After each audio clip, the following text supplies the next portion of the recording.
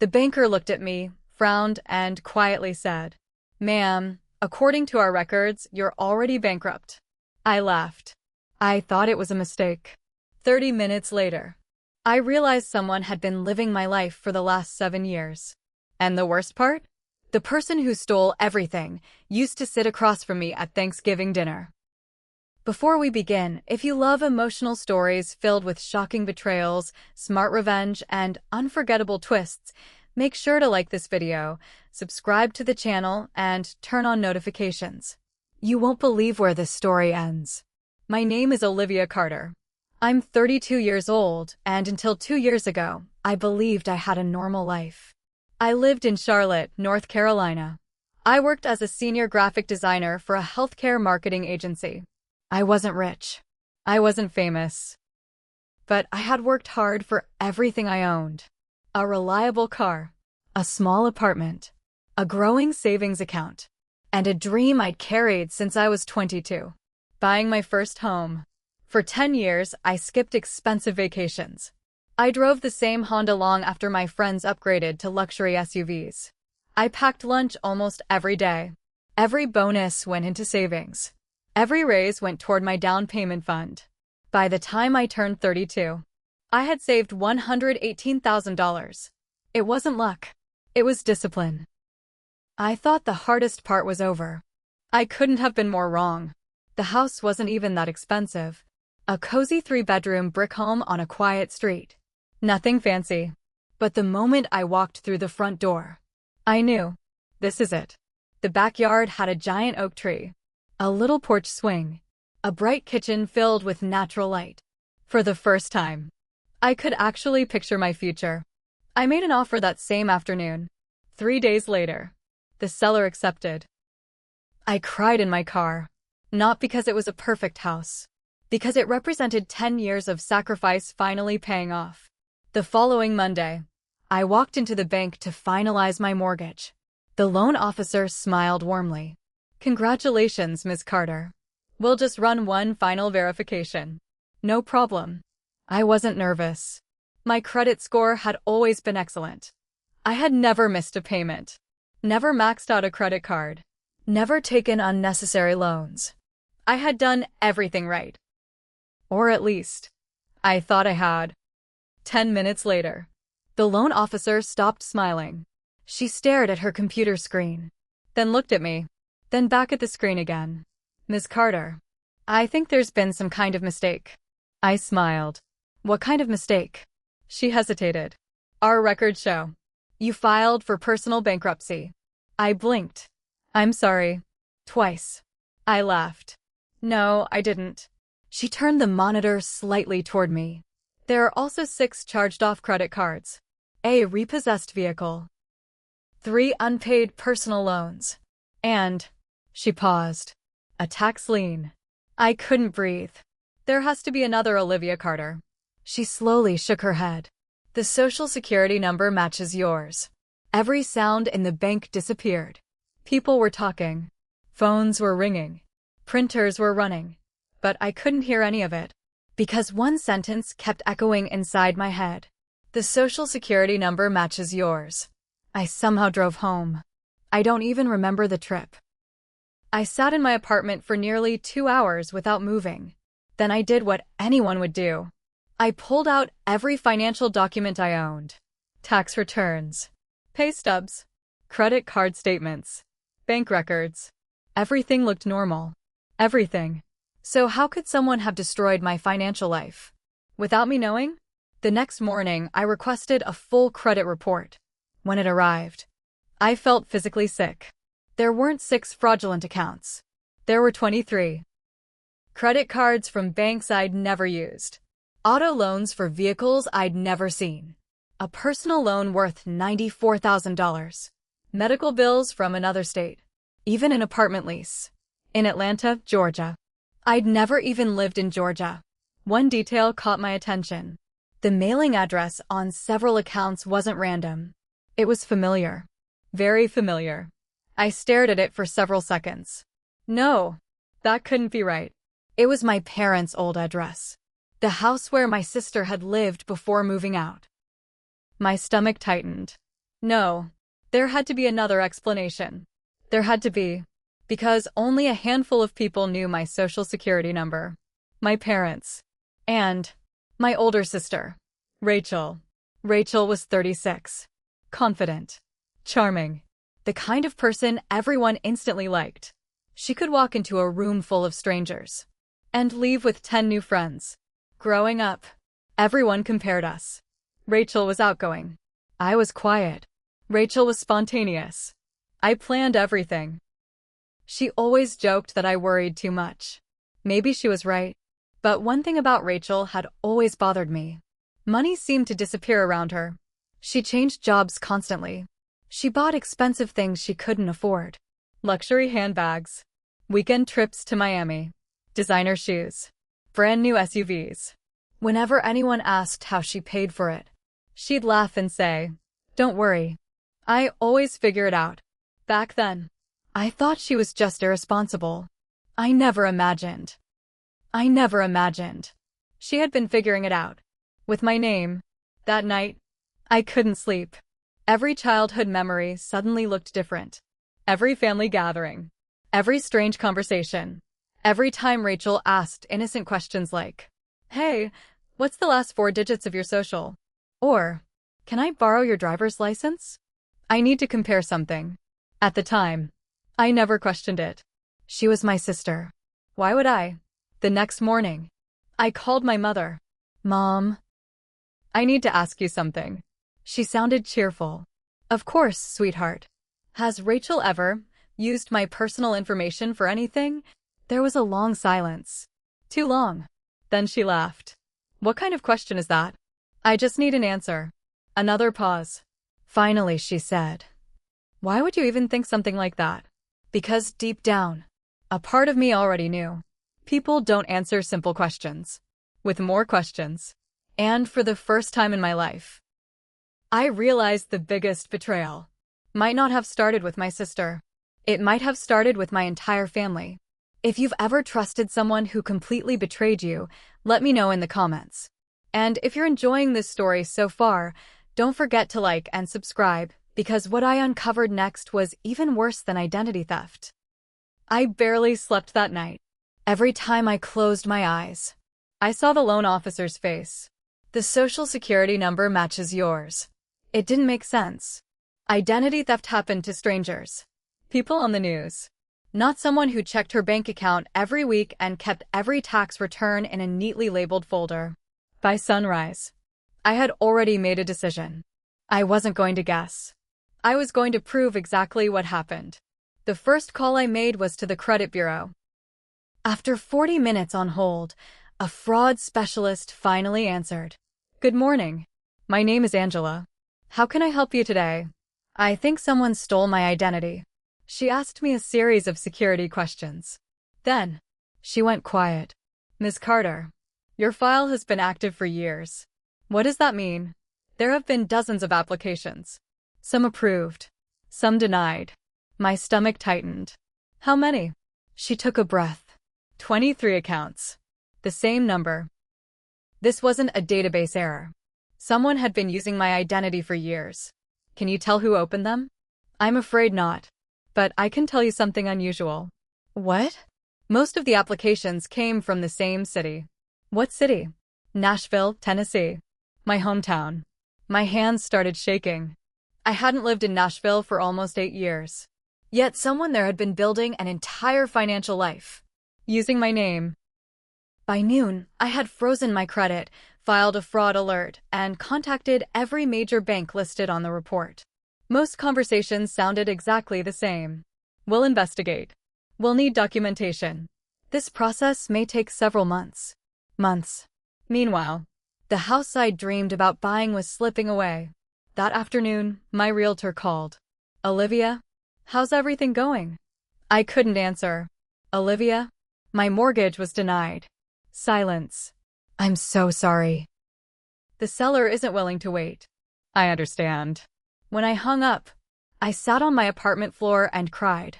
Not because I lost the house. Because someone had stolen 10 years of hard work with a few fake signatures.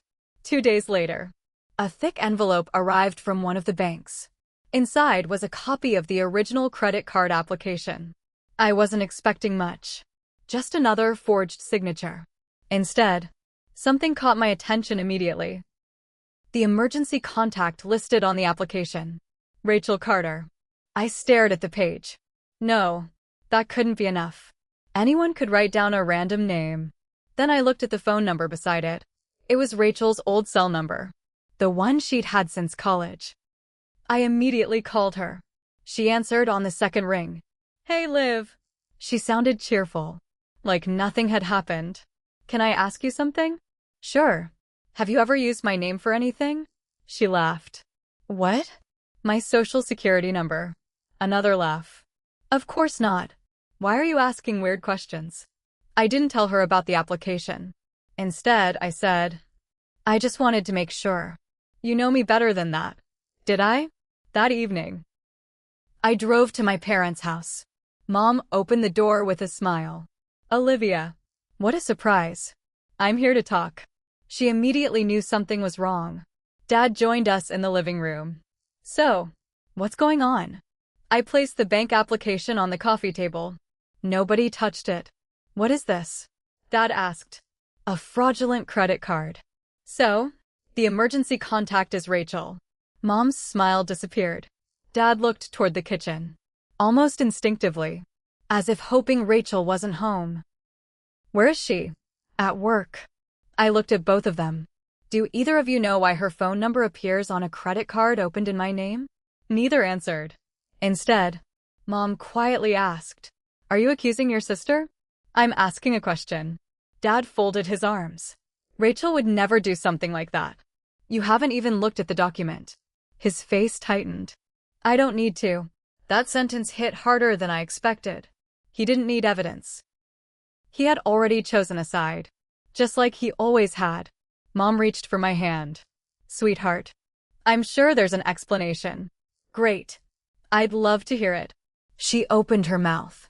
Then closed it again. Because there wasn't one. As I stood to leave, Dad said something that made my blood boil. Maybe you're overreacting. I turned around slowly. Overreacting? It's just paperwork. I laughed. A short, bitter laugh. No, it's my life. Outside. I sat in my car trying to calm down. Then my phone buzzed. An email. Subject line. Fraud investigation update. I opened it immediately. One sentence made my heart stop. We have identified multiple applications submitted from the same residential internet connection. Below that, the service address. 1428 Maple Drive. My parents' house. I read it 3 times. There was no mistake. For 7 years, someone had submitted fraudulent applications. From inside the very house where my parents still lived. I looked back at the living room window. The lights were on. Someone inside that house knew exactly what had happened. The only question left was, who was protecting Rachel? I didn't drive away.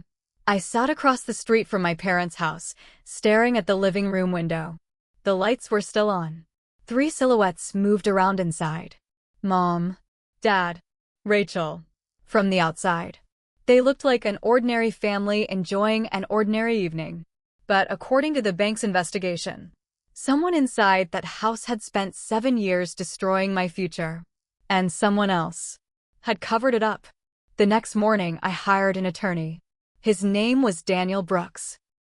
He specialized in identity theft and financial fraud. After reviewing my documents for nearly an hour, he looked up at me. Olivia, I've handled hundreds of identity theft cases. Most involve strangers. Some involve organized crime. He closed the file. But this. He shook his head. This feels personal. I nodded. It is. Daniel pointed to one page. Look at the dates. I leaned forward. What about them?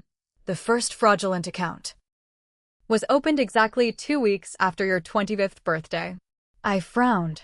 So, who would have known all of your personal information at that point? My family.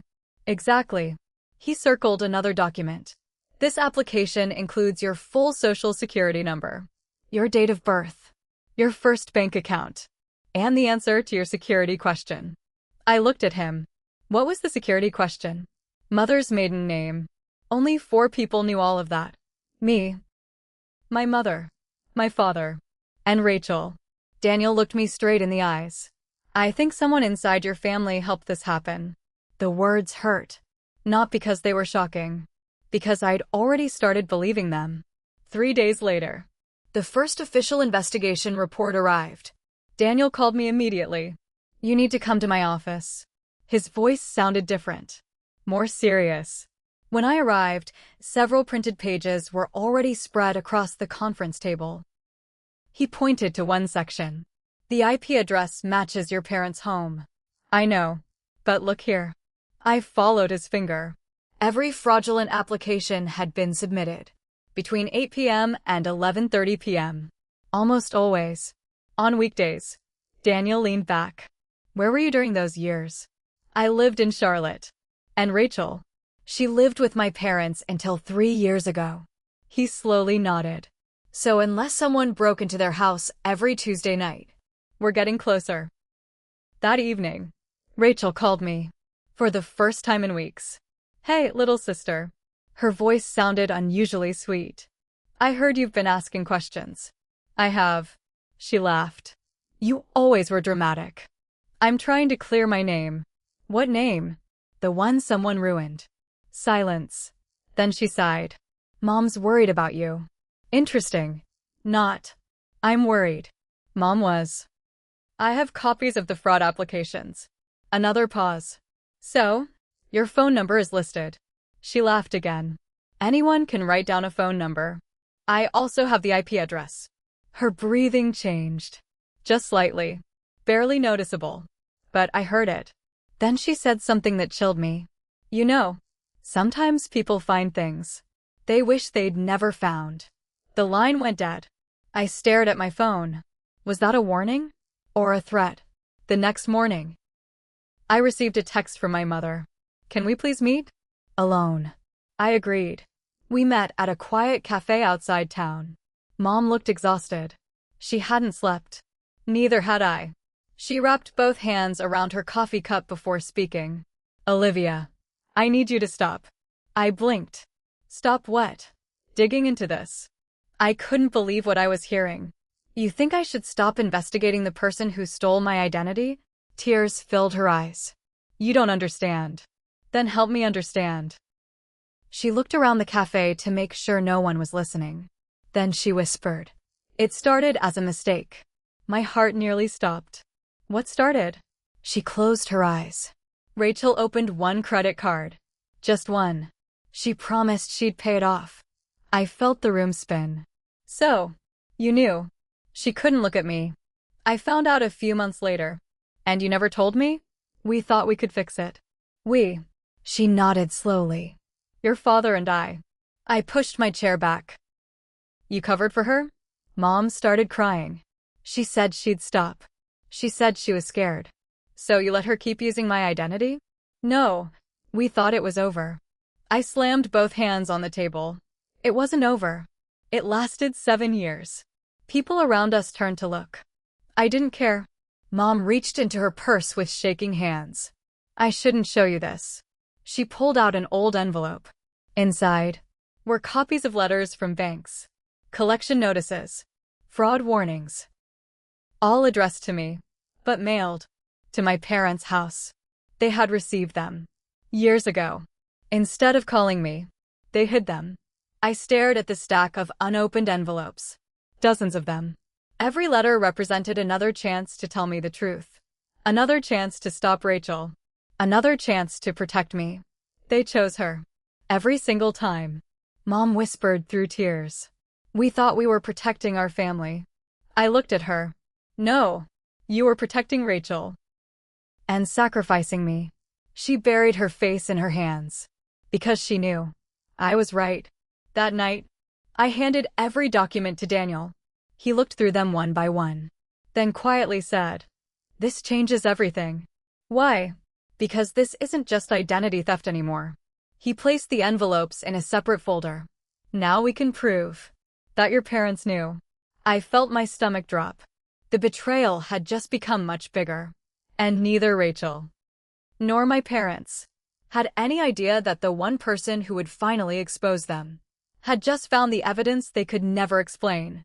For 2 days, I couldn't think about anything except those envelopes. Every unopened notice, every collection letter, every warning. They had all reached my parents' house. Not one made it to me. That wasn't an accident. That was a choice. Daniel called me early Monday morning. I filed the civil fraud case. I took a deep breath. And? We're requesting financial records, phone records, internet logs, and bank documents. How long will it take? He sighed. If they cooperate, a few weeks. And if they don't? They'll be ordered to. I never wanted to sue my own family, but they had left me no choice. 7 years of lies couldn't be erased with one apology. The lawsuit spread through my family faster than I expected. By Wednesday, my aunt called. Olivia, is this really necessary? I closed my eyes. Did anyone call Rachel and ask if stealing my identity was necessary? Silence. Then she quietly said, I just don't want the family torn apart. I laughed bitterly. The family was torn apart 7 years ago. I'm just the last person to find out. By Friday, my phone wouldn't stop ringing. Cousins, uncles, family friends. Every conversation sounded the same. Rachel made mistakes. She's still your sister. Families forgive. Not one person asked me how many nights I'd spent crying, how many opportunities I'd lost, how many years someone else had spent pretending to be me. Then, something unexpected happened. Daniel called again. This is interesting. What? Rachel hired an attorney. I expected that. So did I. But, he paused. She wants mediation. Mediation? Yes. Before discovery begins. I frowned. Why? He leaned forward. Because once discovery starts, every bank record becomes public. Every email.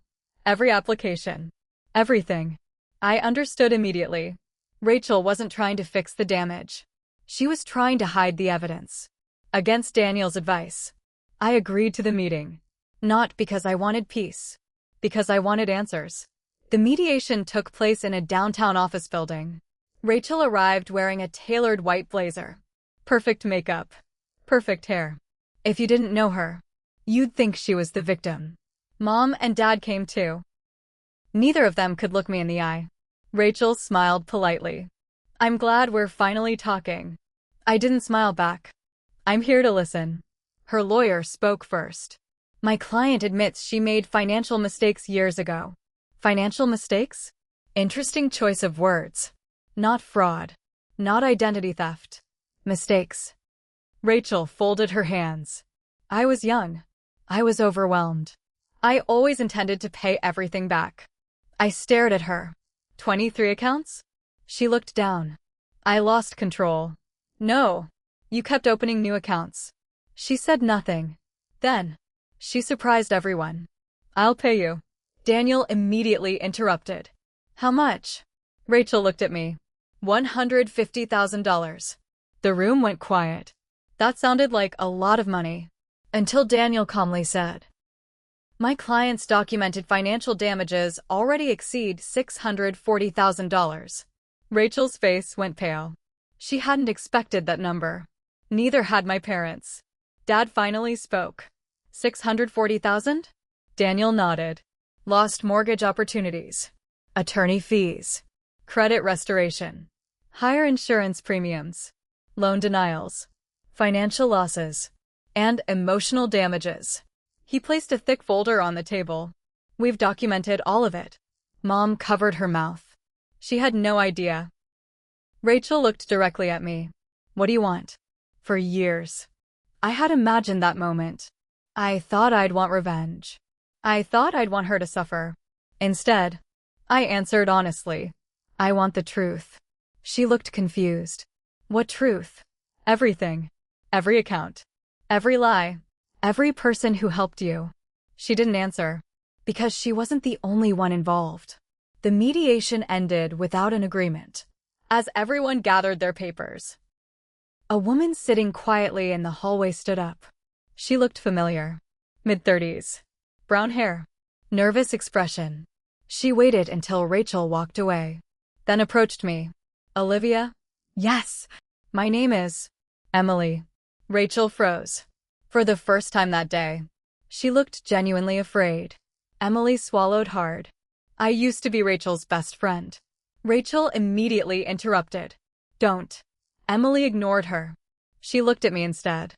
I've been trying to find you for almost 2 years. My heart started racing. Why? Her eyes filled with tears. Because I know exactly what Rachel did.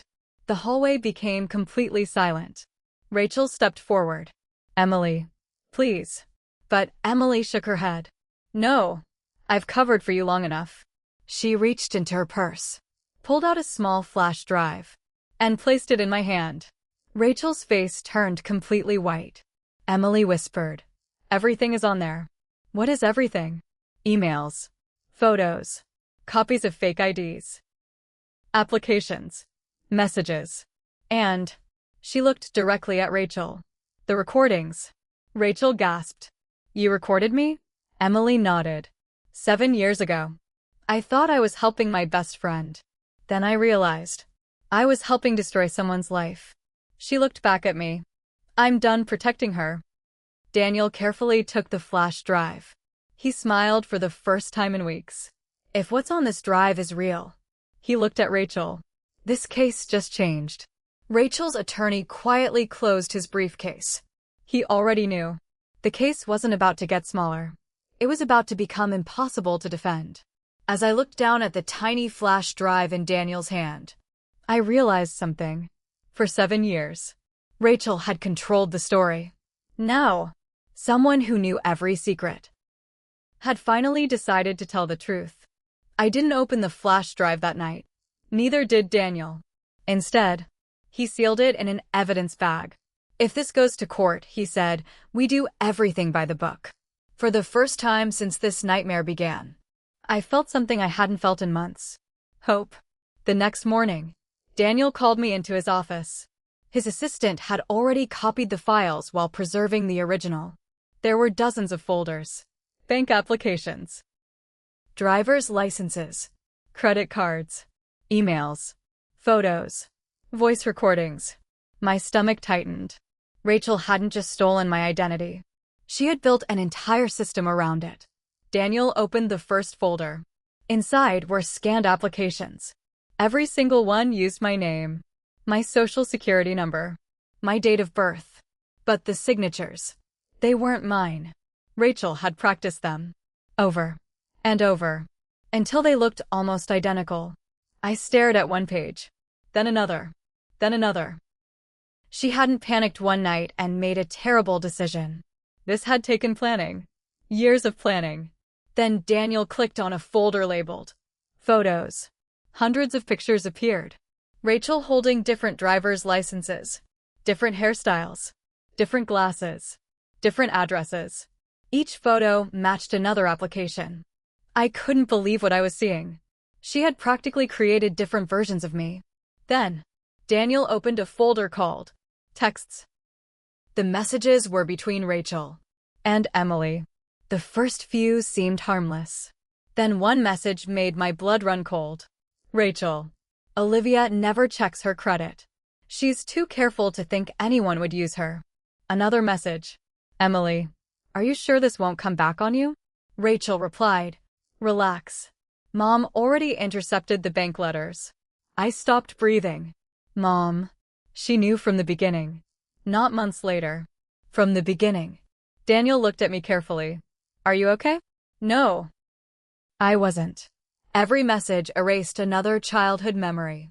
Every file proved another lie. Then, we reached the audio recordings. Daniel hesitated. Ready? I nodded. He pressed play. Emily's voice came first. Rachel, are you sure this is legal? Rachel laughed. I didn't ask if it was legal. I asked if it would work. Emily sounded nervous. What if Olivia finds out?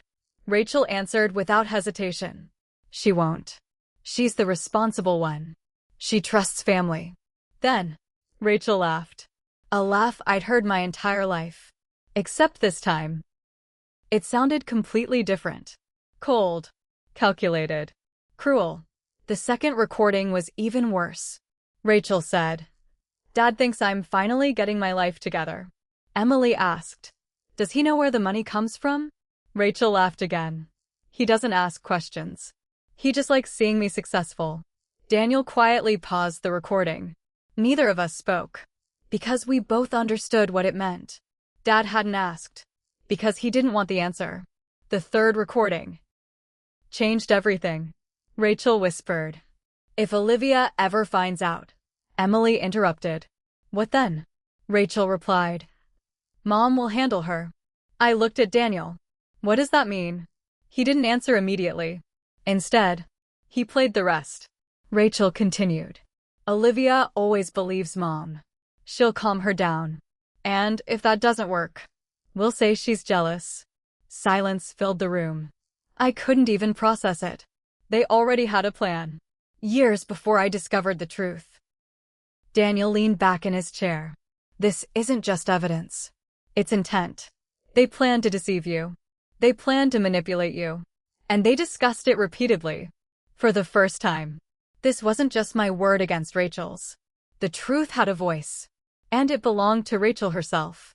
That afternoon, Daniel filed an emergency motion. The court approved subpoenas for Rachel's financial records. Within days, more evidence arrived. Bank statements, deposit histories, loan payments. One account caught Daniel's attention. Every fraudulent loan eventually transferred money into the same checking account. Rachel's. Not once, not twice, dozens of times. Over 7 years, the total exceeded $482,000. Nearly $500,000. I stared at the spreadsheet. She spent almost $500,000. Using my name. Daniel nodded. And according to these statements, luxury vacations, designer stores, car payments, cosmetic procedures, no medical emergency, no business failure, no desperate attempt to survive. She hadn't stolen because she was desperate. She stole because she wanted a better lifestyle. Late that evening, my phone rang. "Dad." I almost ignored it. Instead, I answered. His voice sounded broken. "Olivia." I didn't know. I closed my eyes. Didn't know what? The recordings. The messages. I heard them. I frowned. "How?" Rachel's attorney sent copies. There was a long silence. Then Dad whispered. I defended her, without ever asking for the truth. Another pause. "I failed you. For years." I had dreamed of hearing those words. Now that they finally came, they didn't feel like victory. They felt sad. Because an apology, 7 years too late, couldn't give me back the life I'd lost. The next morning, Daniel called again. "Olivia, there's one more thing." "What now?" He sounded unusually serious. "We found someone else who received money." I frowned. "Who?" He slid another bank statement across the table. The account holder's name made my heart stop. Linda Carter. My mother. Small transfers. Month after month. For years. The woman who claimed she was only protecting her family had been accepting money from the fraud all along. And suddenly, I realized the story had never been about one dishonest sister. It had always been about a family willing to sacrifice one daughter to protect another. If this story shocked you, don't forget to like the video, subscribe, and tell me in the comments, at what point would you have cut ties with your family forever? The courtroom was quieter than I expected. No dramatic music. No shouting. No surprise witnesses bursting through the doors. Just polished wooden benches. Stacks of legal files. And years of lies. About to collide with the truth. Daniel adjusted his tie. "You ready?" I looked toward the defense table. Rachel sat beside her attorney. She looked confident. Too confident. When she noticed me watching, she smiled. That same smile she'd worn my entire life. The one that always said, "I'll find a way out." This time, I wasn't so sure. The judge entered. Everyone stood. After a few opening remarks, Daniel called the first witness, the fraud investigator from the bank. She walked calmly to the stand. After being sworn in, Daniel asked, "Can you explain how this investigation began?" She nodded. "It started when Ms. Olivia Carter applied for a mortgage." "What did you discover?" "Multiple accounts under her social security number." "Were those accounts consistent with her financial history?" "No. They showed a completely different spending pattern." Rachel's attorney stood. "Could someone else have stolen Ms. Carter's identity?" "Yes." "So you cannot say my client did it." The investigator remained calm. "Not based on the financial records alone." Rachel smiled. For a brief moment, she thought she had won. Then Daniel stood again. No further questions. Instead, he connected a laptop to the courtroom monitor. "Your Honor, I'd like to introduce Exhibit 47, the flash drive." The first recording echoed through the courtroom. Rachel's own voice. "Olivia trusts family." The room became silent. Then another recording. Mom intercepted the bank letters. My mother's face turned pale. Then another. "If Olivia finds out, we'll say she's jealous." Even Rachel's attorney slowly lowered his head. There was no explaining away her own words. The judge looked toward Rachel. "Is that your voice?" Rachel hesitated, then quietly answered, "Yes." It was the first truthful thing she'd said all day. Next, Daniel introduced the financial records. Charts appeared on the screen. Every fraudulent loan, every deposit, every transfer, each one connected by dates, amounts, account numbers. There was no guesswork anymore, just evidence. Rachel's attorney tried one final defense. "My client admits she made poor financial decisions." Daniel interrupted. "Poor financial decisions?" He picked up another document. "This is a forged driver's license." Another. "This is a forged signature." Another. "This is a fake lease agreement." He looked directly at the jury. "Those aren't poor decisions. Those are deliberate acts." Then came the moment no one expected. Daniel called Emily, Rachel's former best friend. She walked to the witness stand with trembling hands. Rachel refused to look at her. "Miss Harper." Daniel began. "Why did you come forward?" Emily took a deep breath. "Because I couldn't live with myself anymore." "What did you witness?" She looked toward Rachel. "I watched her open accounts. I watched her forge documents. I watched her celebrate every approval." The courtroom was completely silent. Rachel suddenly stood up. "She's lying." The judge immediately responded. "Miss Carter, sit down." Rachel ignored him. "She's doing this because we had a falling out." Emily slowly reached into her purse. "I thought you'd say that." She handed Daniel a small notebook. "My journal. I wrote down everything. Dates. Conversations. Account numbers. I never thought I'd need it, but I kept it." Rachel's face lost all color. The notebook matched the bank records perfectly. Every date, every transaction, every fake application, everything lined up. Daniel barely needed to ask another question. The evidence spoke for itself. Then, something happened that I never expected. Dad stood up from the gallery. "Your Honor, my wife and I would like permission to speak." Rachel looked horrified. "Dad." "No." The judge allowed it. Dad walked slowly to the front of the courtroom. He looked 20 years older than he had a few months earlier. He faced the judge. Then, he turned toward me. "I failed my daughter." His voice cracked. "When Olivia came to us, we should have believed her. When we discovered what Rachel had done, we should have stopped it. Instead," he looked toward Rachel, "we protected the wrong child." Mom quietly walked beside him. She couldn't stop crying. She whispered, "I thought I was keeping my family together." She looked at me. I was destroying it.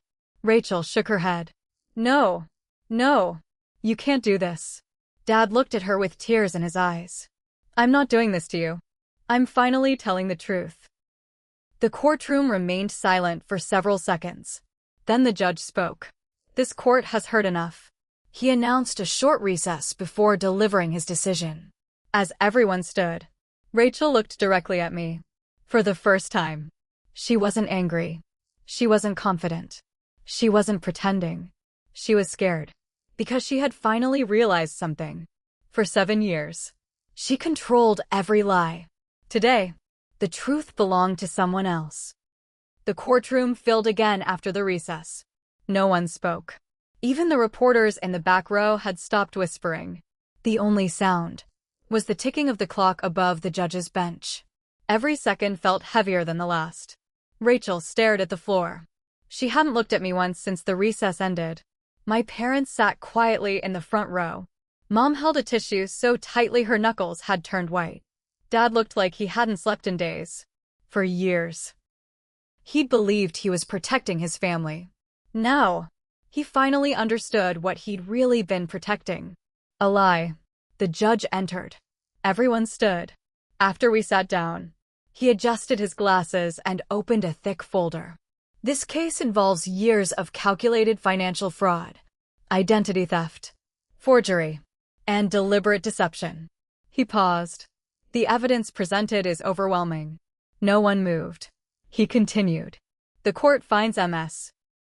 Rachel Carter liable for identity theft, financial fraud, forgery, and related civil damages. Rachel slowly closed her eyes.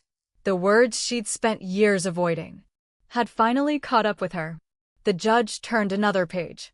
The total financial judgment awarded to Ms. Olivia Carter is. He looked up. $684,275. Gasps echoed through the courtroom. Rachel looked like she couldn't breathe.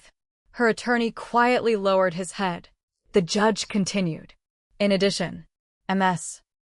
Rachel Carter is ordered to surrender assets acquired through fraudulent activity. That included her luxury SUV, her vacation condo, investment accounts, designer jewelry purchased with stolen funds, everything linked to the fraud. 7 years of pretending to be successful ended in less than 7 minutes. Then the judge looked toward my parents.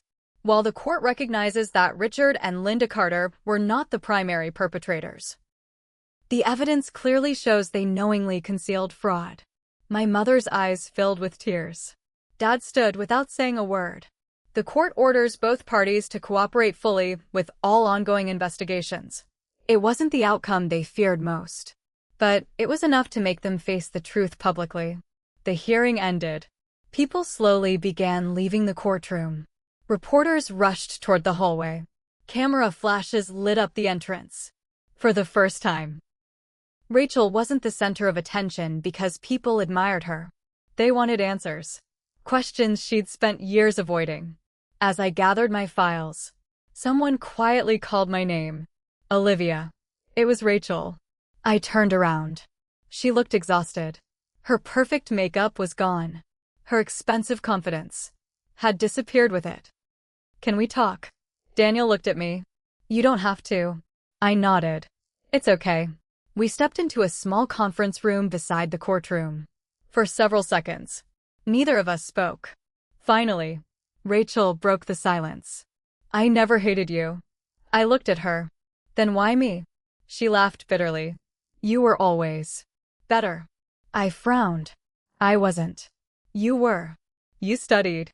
You saved money. You made plans. You earned everything. She looked down. I spent my whole life trying to become you, without doing the work. For the first time, she wasn't making excuses. She wasn't blaming our parents, or bad luck, or stress. She was simply telling the truth. I opened the first credit card because I thought I'd pay it back. She whispered. Then another, and another. Eventually, I couldn't stop.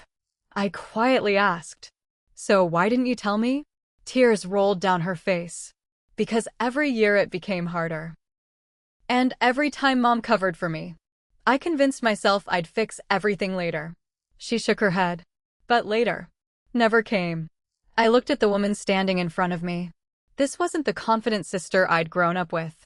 This was someone completely broken by her own decisions. And suddenly, I realized something important. She hadn't ruined my life because she was stronger than me. She ruined it because she was terrified of failing. Rachel reached into her purse. She placed a small envelope on the table. What's this? The last thing I own. Inside was a single key. I looked confused. My storage unit. She smiled sadly. Everything that's left. Family photos. Grandpa's watch. Old letters. I think they belong to you now. I slowly pushed the key back toward her. No. She looked surprised. You keep them. What? They're your memories too. Rachel stared at me. After everything I did, you'd still let me keep them? I nodded. I'm taking back my future. I don't need your past too. She started crying. Not the dramatic tears she'd used to escape responsibility. These were different. Quiet. Honest. The kind that come when someone finally stops lying to themselves. Outside the courthouse, the reporters surrounded me. Olivia, do you have a statement? Microphones appeared from every direction. I could have embarrassed Rachel. I could have told the whole country everything she'd done. Instead, I simply said, I hope this reminds people that trust is priceless. And if someone loves you, they should never ask you to sacrifice your future for their mistakes. Then I walked away. No insults. No victory speech. Just the truth. That evening, I sat alone on my apartment balcony. For months, I'd imagined this day. I'd imagined feeling victorious, satisfied, even happy. Instead, I felt peaceful. Because justice and revenge aren't always the same thing. Revenge wants someone else to suffer. Justice makes sure the truth is finally seen. And after 7 long years, the truth no longer belonged to Rachel. It belonged to me. If this story touched you, don't forget to like the video, subscribe, and leave a comment. Tell me, if you were Olivia, could you ever forgive your sister, or would this betrayal be impossible to move past? 1 year later, life looked completely different. My credit score had been restored.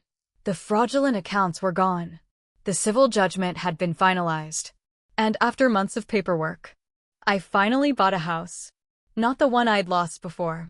A different one. A small white cottage outside Charlotte. It wasn't the biggest house on the street. But every brick, every window, every payment belonged to me. No stolen identity. No fake signatures. Just my name. Exactly the way it should have been. People often ask what winning a lawsuit feels like. They imagine celebration, champagne, justice, closure. The truth is, it feels surprisingly ordinary. The bills still arrive. You still go to work. You still wake up some mornings remembering everything that happened. Healing isn't one big moment. It's hundreds of ordinary days, where the past slowly loses its power. I had almost stopped thinking about Rachel. Almost. Then, one rainy Thursday afternoon, a certified envelope arrived. The return address wasn't familiar. It came from a federal correctional facility.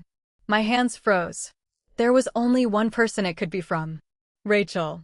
I carried the envelope into my kitchen, made a cup of coffee, and stared at it for nearly 20 minutes. Part of me wanted to throw it away. Another part needed to know. Finally, I opened it. Inside was a handwritten letter. 8 pages. Rachel's handwriting hadn't changed. The first sentence caught me completely off guard. Dear Olivia, I'm not writing to ask for forgiveness. I don't deserve it. I kept reading. She wrote about therapy, about financial counseling, about finally admitting, not just what she'd done, but why she'd done it. She confessed something I'd never expected. I wasn't jealous because you had more than me. I was jealous because you were happy with less. I stopped reading. That sentence stayed with me. All those years. I'd believed Rachel wanted money, expensive cars, luxury vacations, status. Maybe she did. But underneath all of it, she wanted something money couldn't buy. Peace. She continued. Every time Mom rescued me, I believed I didn't have to change. Every time Dad defended me, I believed someone else would fix my mistakes. You were the only one who expected me to take responsibility. For years, I'd seen Rachel as the villain. Now, I saw something else. A person who had spent her entire life being rescued, until there was no one left to save her. Near the end of the letter, she wrote something that made me cry. You know what hurts the most? It isn't losing the money, or the case. or my reputation. It's realizing I stole 7 years from the one person who loved me unconditionally when we were kids. I remembered building tree houses together, sharing Halloween candy, watching old movies under blankets.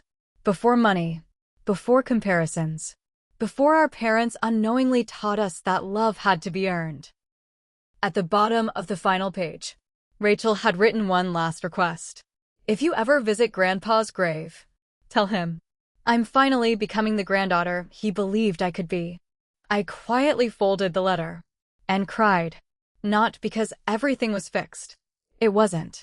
Some damage never completely disappears. But because, for the first time, Rachel wasn't pretending anymore. A week later, I drove to the cemetery. Grandpa's headstone sat beneath a large oak tree, exactly where he'd wanted. I stood there for several minutes, then smiled. Hi, Grandpa. I brought you a message. The wind moved softly through the trees. I almost laughed. It felt like he was listening. I think you'd be proud, not because anyone won, but because everyone finally stopped lying. I placed fresh white lilies beside the stone, his favorite flowers, then quietly added, Rachel says she's trying. And I believe her. As I turned to leave, I noticed another bouquet already resting beside the grave. Fresh flowers. Someone had visited earlier that morning. There was a small card attached. It simply read, Love, Dad. I smiled. He came every week now. Not because he had to, because he wanted to. Some people change only after losing everything. My father had finally become one of them. That evening, I called Mom. She sounded happier than I'd heard in years. We're having dinner Sunday. You should come. Will Dad be there? Yes. And she hesitated. We got permission for Rachel to join on a monitored video call. I looked out my kitchen window. A year ago, that invitation would have filled me with anger. Now, it filled me with curiosity. Maybe families don't heal because everyone forgets. Maybe they heal because someone chooses to tell the truth, even after it's painful. Sunday arrived faster than I expected. For the first time in years, I felt nervous about seeing my family. Not because I was afraid, because I genuinely didn't know who they were anymore. People can apologize. People can cry. But change, real change, takes time. And I was about to find out if my family had truly changed, or simply learned how to say the right words. Mom greeted me at the front door with the longest hug she'd ever given me. She whispered, I'm so glad you came. I smiled. So am I. She stepped back. You look happy. I looked around the house. So do you. The house felt different. Not physically. Emotionally. There were no expensive decorations. No pretending everything was perfect. Just the smell of homemade lasagna. Soft music playing in the kitchen. And family photos, including one of Rachel and me as little girls. I couldn't remember the last time Mom had displayed that picture. Dad was setting the table. When he saw me, he hesitated for a second, then walked over. I've been practicing something. I laughed. What? Saying, I'm proud of you without waiting for you to accomplish something first. I smiled. How's that going? He chuckled. I should have started 30 years ago. Then he looked me in the eyes. I'm proud of you. Not because you won. Not because you're successful. Just because you're my daughter. For a moment, neither of us spoke. Those were the words I'd waited my entire childhood to hear. Dinner was quiet at first. We talked about work, the weather, my new house, Dad's garden. Normal things. For once, no one compared me to Rachel. No one asked who earned more. No one tried to impress anyone. It felt peaceful. Halfway through dinner, Mom placed a tablet in the middle of the table. Rachel appeared on the screen. She looked different. No designer clothes. No perfect makeup. Just a plain gray sweatshirt. And tired eyes. When she saw me, she smiled nervously. Hi, Liv. I nodded. Hi. The silence was awkward. Finally, Rachel spoke. I know this is uncomfortable. I don't expect anything. I just wanted to say, Thank you for reading my letter. I almost didn't. I know. And honestly, I wouldn't have blamed you. Dad quietly excused himself from the table. A minute later, he returned carrying a small wooden box. It looked old. Very old. He placed it in front of me. I've been saving this. What is it? It belonged to Grandpa. I slowly opened the box. Inside was Grandpa's old pocket watch, a fountain pen, and a folded envelope. My name was written across the front. Olivia. My hands immediately started shaking. I've never seen this. Dad nodded.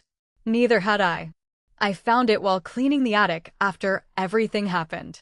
I thought, you should read it when the time was right. I carefully unfolded the letter. The handwriting was unmistakable. Grandpa's. Dear Olivia, if you're reading this, I'm probably no longer here to tell you these things myself. Families make mistakes. Some mistakes are small. Some change lives. But never let someone else's choices convince you that your value depends on how they treat you. I felt tears forming. The letter continued. One day you'll discover that forgiveness isn't something you give because another person deserves it. You give it because you deserve peace.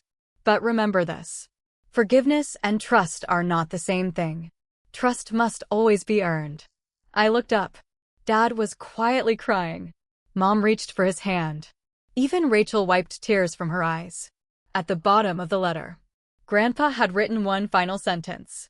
Take care of your sister when she finally learns who she wants to become. I stared at those words. He had written them years before any of this happened. Almost as if he somehow knew. Rachel finally broke the silence. I don't deserve that. No, I answered honestly. You don't. She nodded. I know. Then I smiled gently. But maybe one day, you will. For the first time in years. Rachel laughed. A small laugh. Not because something was funny.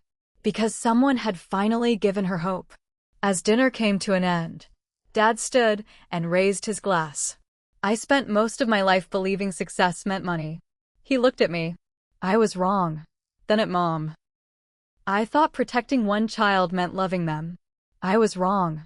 Finally, he looked at the empty chair beside the tablet. And I thought admitting I was wrong made me weak. He smiled sadly. It turns out, it was the first strong thing I've done in years. We clinked our glasses. No one made a speech after that. No one needed to. Because for the first time in our family's history, there were no secrets left. Only truth. And somehow, truth felt lighter than all the lies we'd been carrying. If this story has touched your heart, don't forget to like this video, subscribe to the channel, and share your thoughts in the comments. 5 years later, life looked nothing like it had the day I walked into that bank. I was no longer afraid to answer unknown phone calls. I no longer checked my credit report every week. I no longer woke up wondering who I could trust. For the first time in a very long time, I simply lived. My little white cottage wasn't so little anymore. I'd renovated it room by room, built a wraparound porch, planted the flower garden I'd always dreamed about. Every Sunday morning, I sat outside with a cup of coffee, watching the sunrise. Peace had become my new definition of success. Not money, not titles, not proving anyone wrong. Just peace. My career had flourished too. After everything that happened, I started speaking at financial fraud awareness events. Banks invited me. Universities invited me. Even law schools asked me to share my experience. People expected me to tell a story about revenge. Instead, I talked about trust, boundaries, and why protecting your identity matters more than most people realize. Every audience asked the same question. Do you hate your sister? My answer never changed. No. Hate would have kept me trapped in the past. Rachel had changed too. Not overnight. Not because a judge ordered her to. Because she finally accepted responsibility. She completed financial ethics programs. Worked 2 jobs after her release. Sold everything she owned. Every month. Without fail. She sent another payment toward the court judgment. Sometimes it was only a few $100s. Sometimes less. She never missed one. Not because she had to. Because she wanted to. One afternoon, she asked if we could meet for coffee. Just the two of us. For a moment, I considered saying no. Then I remembered Grandpa's letter. Trust is earned, not given. Maybe this was another step. Rachel arrived early. No designer handbag, no luxury car, just jeans, sneakers, and a nervous smile. I wasn't sure you'd come. I wasn't sure either. We both laughed. For nearly 2 hours. We didn't talk about the lawsuit, or the money, or the fraud. Instead, we talked about childhood memories. Our old dog Max, the treehouse Dad built, the camping trip where it rained for 3 straight days. For the first time in almost a decade, I wasn't sitting across from the woman who stole my identity. I was sitting across from my sister, the one I'd lost long before the fraud ever began. As we were leaving, Rachel stopped me. I have something. She handed me a small envelope. Inside was a cashier's check. I looked at the amount. $25,000. What is this? The last payment. I stared at her. The judgment. She nodded. I finished it. 5 years. Every paycheck. Every overtime shift. Every sacrifice. She had repaid every dollar the court required. Then she quietly said, I know it doesn't erase what I did. It doesn't. I know. But it's the first promise I've ever actually kept. I smiled. Yes, it is. A month later, Dad invited the entire family to dinner. Not for a birthday. Not for a holiday. For something else. When everyone arrived, he stood beside the dining room table holding another folder. I've spent years thinking about what kind of legacy I want to leave. He looked around the room. I've finally decided. He opened the folder. Inside were legal documents. Mom smiled through tears. Dad continued.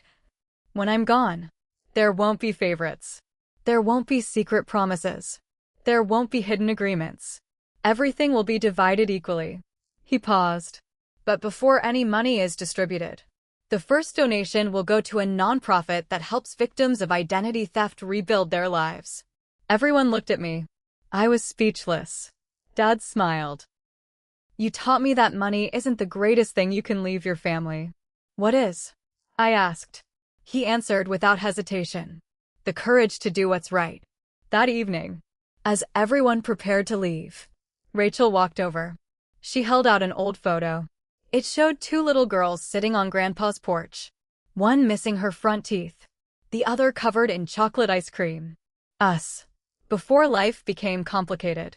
Keep it. She smiled. I made a copy. I looked at the picture for a long time, then carefully placed it in my purse. Some memories deserved another chance. Months later, the nonprofit Dad supported invited me to speak at their annual fundraiser. As I stepped onto the stage, nearly 500 people applauded. I smiled and began with the same sentence that had changed my life years ago.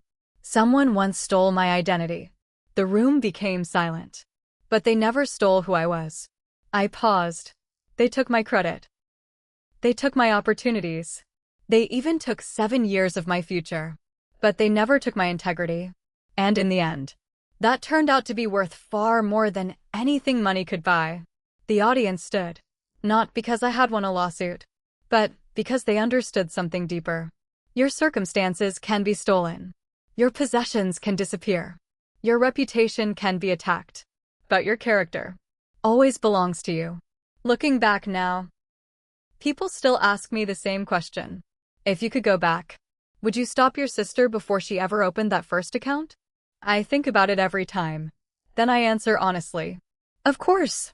But since I can't, I choose something else.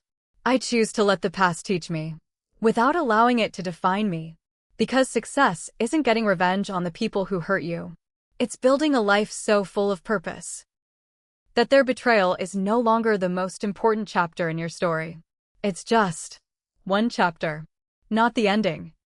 If this story meant something to you, please take a moment to like this video, subscribe to the channel, and share it with someone who needs the reminder that your past does not decide your future.